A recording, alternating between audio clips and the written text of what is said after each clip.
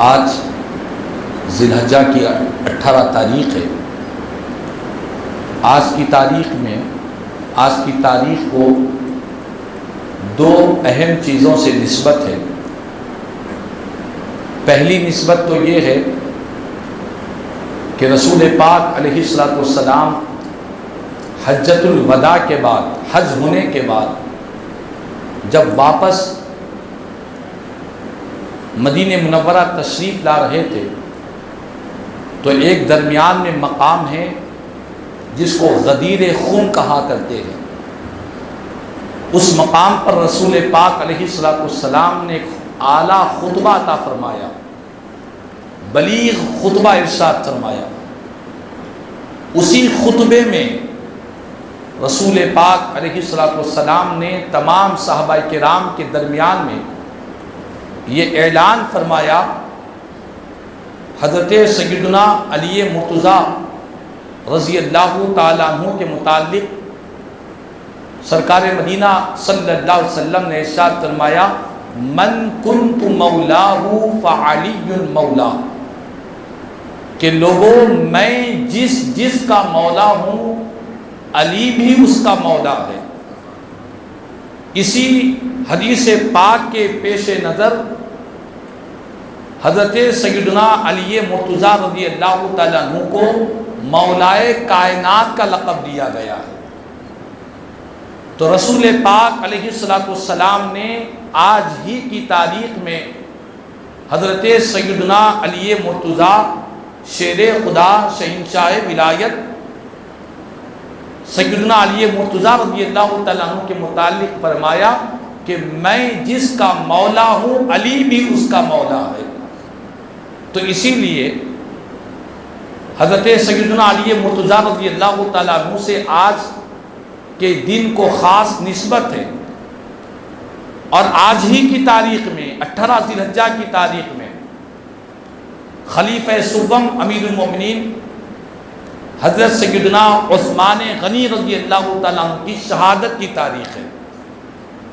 تو اس طرح آج کی تاریخ کو دو نسبتیں ہوئی، ایک مولائے کائنات کی عظمت اور شان کا خطبہ حضور نے حجۃ الوداع کی واپسی کے وقت مقام غدیر پر سرکار نے خطبہ ارشاد فرمایا، حضرت مولائے کائنات کی ولایت کا اعلان کیا، اور وہیں پر آج ہی کی تاریخ کو عثمان غنی رضی اللہ تعالیٰ کی شہادت ہوئی، اور حضرت سیدنا عثمان غنی رضی اللہ تعالیٰ عنہ رسول پاک علیہ السلام کے وہ باعظمت صحابی رسول ہیں جنہوں نے سرکار کی بارگاہ میں اپنی جان اپنی مال کی قربانیوں کا نذرانہ پیش فرمایا ہے۔ غزوہ تبوک کے موقع پر رسول پاک علیہ السلام نے فرمایا مسلمانوں کی ایک بڑی جنگ کے لیے تیاری کرنا تھا۔ اس غزوہ تبوک میں رومیوں سے مسلمانوں کا مقابلہ تھا، بڑی طاقتور فوج تھی۔ تو حضور نے صحابہ کرام کو جمع کیا اور فرمایا کہ آج ہمیں ایک جنگ کے لیے جانا ہے، اس کے لیے بہت سا ساز و سامان چاہیے۔ رسول پاک علیہ السلام نے صحابہ کرام کو اپنے مال کو خرچ کرنے کی ترغیب عطا فرمائی۔ تو سیرت کی کتابوں میں ملتا ہے کہ حضرت عثمان غنی رضی اللہ تعالیٰ کھڑے ہوتے ہیں، عرض کرتے ہیں یا رسول اللہ صلی اللہ علیہ وسلم، اس جنگ کے لیے میرے ذمے میں 100 اونٹ مکمل ساز و سامان کے ساتھ اس جنگ میں دینے کے لیے میں تیار ہوں۔ آپ نے اعلان کر دیا۔ رسول پاک علیہ السلام بہت خوش ہوئے۔ حضور نے پھر اعلان کیا صحابہ کرام کے درمیان، دوبارہ حضرت عثمان غنی رضی اللہ تعالیٰ پھر کھڑے ہوئے، عرض کرتے کہ آقا میرے ذمے میں اور 200 اونٹ ہے، 200 اونٹ مکمل ساز و سامان کے ساتھ۔ رسول پاک علیہ السلام بہت خوش ہوتے ہیں۔ حضور پھر اعلان کرتے ہیں صحابہ کرام کے سامنے، تیسری مرتبہ بھی حضرت عثمان غنی رضی اللہ تعالیٰ عنہ کھڑے ہوتے ہیں، عرض کرتے کہ آقا میرے ذمے میں اور 300 اونٹ ہے جو مکمل ساز و سامان کے ساتھ اس جنگ میں دینے کے لیے تیار ہوں۔ اور علماء اس کا حساب کر کر بتلاتے ہیں کہ پہلے 100 کا اعلان کیا تھا، 100 اونٹوں کا، بعد میں 200 کا کیا، تو بعد میں 200 کا کرنے سے پہلے کے 100 کینسل نہیں ہوئے، وہ 100 اپنی جگہ برقرار، بعد کے 200 اپنی جگہ برقرار، اس کے بعد کے 300 اپنی جگہ برقرار، اس طرح 600 اونٹ دینے کا اعلان فرمایا۔ 600 اونٹ کا اعلان کیا کہ مکمل ساز و سامان کے ساتھ، یہاں تک کہ اونٹ کے پاؤں میں اور اس کے گلے میں جو رسی ہوتی ہے اس کی بھی آپ نے ذمہ داری لے لی۔ یہ نہیں کہا کہ اونٹ میں دے دوں گا باقی کا آپ دیکھ لینا، فرمائے کہ نہیں، جب ذمہ داری لے رہا ہوں تو پوری ذمہ داری لے رہا ہوں، اس میں کوئی کنجوسی بقالت نہیں ہوگی۔ حضرت عثمان غنی رضی اللہ تعالیٰ عنہ نے اس غزوہ تبوک میں 600 اونٹوں کا اعلان کیا۔ اعلان تو ہو گیا، اعلان اور وعدہ تو آپ نے کر دیا، اور یاد رکھ لیں اعلانات تو ہمارے پاس بھی ہوتے ہیں، وعدے تو ہم بھی دیکھتے ہیں کہ لوگ بہت سے وعدے تو کر بیٹھتے ہیں کہ ہم فلاں کام کے لیے یہ دیں گے، فلاں کام کے لیے اتنا دیں گے، مسجد کی تعمیر ہو رہی ہے، مدرسے کی تعمیر ہو رہی ہے، کوئی غریب بچی کی شادی ہو رہی ہے، کسی کا مکان بن رہا ہے، لوگ وعدے کرتے ہیں کہ ہم اتنا دیں گے، اتنا دیں گے، اتنا دیں گے، باضابطہ وعدوں میں لکھ بھی دیا جاتا ہے، لیکن جب بات وعدہ پورا کرنے کی آتی ہے تو اچھے بڑے کے قدم ڈگمگانے لگتے ہیں۔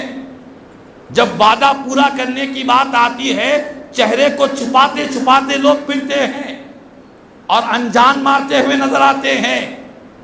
وعدہ تو کر دیا تھا لیکن وعدے کا پورا کرنا یہ بہت بڑی کمال کی بات ہے۔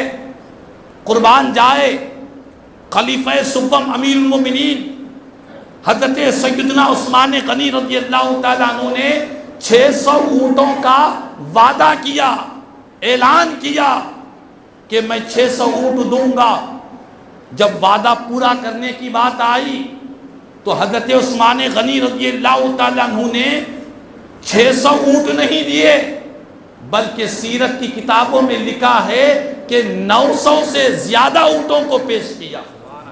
جو وعدہ کیا تھا وعدے سے بڑھ کر دیا اور دنیا کو بتلایا کہ دنیا والوں مسلمان اسے کہتے ہیں، ایمان والے اسے کہتے ہیں، وعدہ کر کر مکرنے والا مومن نہیں ہو سکتا۔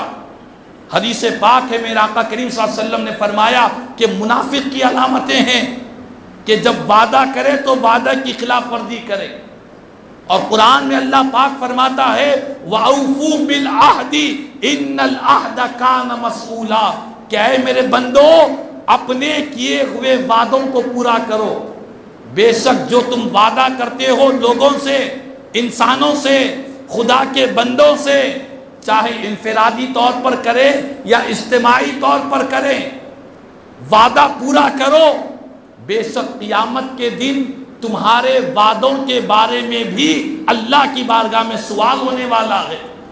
اللہ پاک پوچھنے والا ہے کہ بندے تو نے فلاں کام کے لیے لوگوں سے یہ وعدے کیے تھے، لوگوں کی امیدیں تجھ سے وابستہ تھی، لوگوں کی آرزویں تجھ سے وابستہ تھی، تو نے وعدہ تو کیا تھا لیکن اپنے وعدے پر عمل کیا کیا ہے؟ تو حضرت عثمان غنی رضی اللہ تعالیٰ کی زندگی سے یہ پیغام ملتا ہے کہ آپ نے 600 اونٹوں کا وعدہ کیا تھا لیکن جب بات دینے کی آئی تو 900 سے زیادہ اونٹوں کو اللہ کی راہ میں پیش کیا، مکمل ساز و سامان کے ساتھ پیش کیا۔ صرف اونٹ نہیں، وعدے تو اونٹ کے کیے تھے، اونٹ کے ساتھ آپ نے گھوڑوں کو بھی راہ خدا میں پیش کیا، آپ نے سواریوں کے علاوہ آپ نے کئی دینار و درہم ہزاروں کی تعداد میں سرکار کی بارگاہ میں پیش کیا۔ میرے آقا اتنا خوش ہوئے اتنا خوش ہوئے کہ سیرت کی کتابوں میں ملتا ہے کہ رسول پاک علیہ السلام حضرت عثمان غنی کے لائے ہوئے ان دینار و درہم کو کبھی اوپر کر رہے ہیں کبھی نیچے کر رہے ہیں. رسول پاک کے مبارک دست مبارک ان دینار و درہم کو لگے ہوئے ہیں. اس کے بعد میرے آقا نے حضرت عثمان غنی رضی اللہ تعالیٰ سے فرمایا کہ اے عثمان، تم نے آج اللہ اور اس کے رسول کو اتنا خوش کیا، آج کے بعد تم جو چاہے کرو، کوئی عمل تم کو نقصان پہنچانے والا نہیں ہے، کوئی عمل تم کو ضرر پہنچانے والا نہیں ہے. تم نے اللہ اور اس کے رسول کو اتنا خوش کر دیا ہے.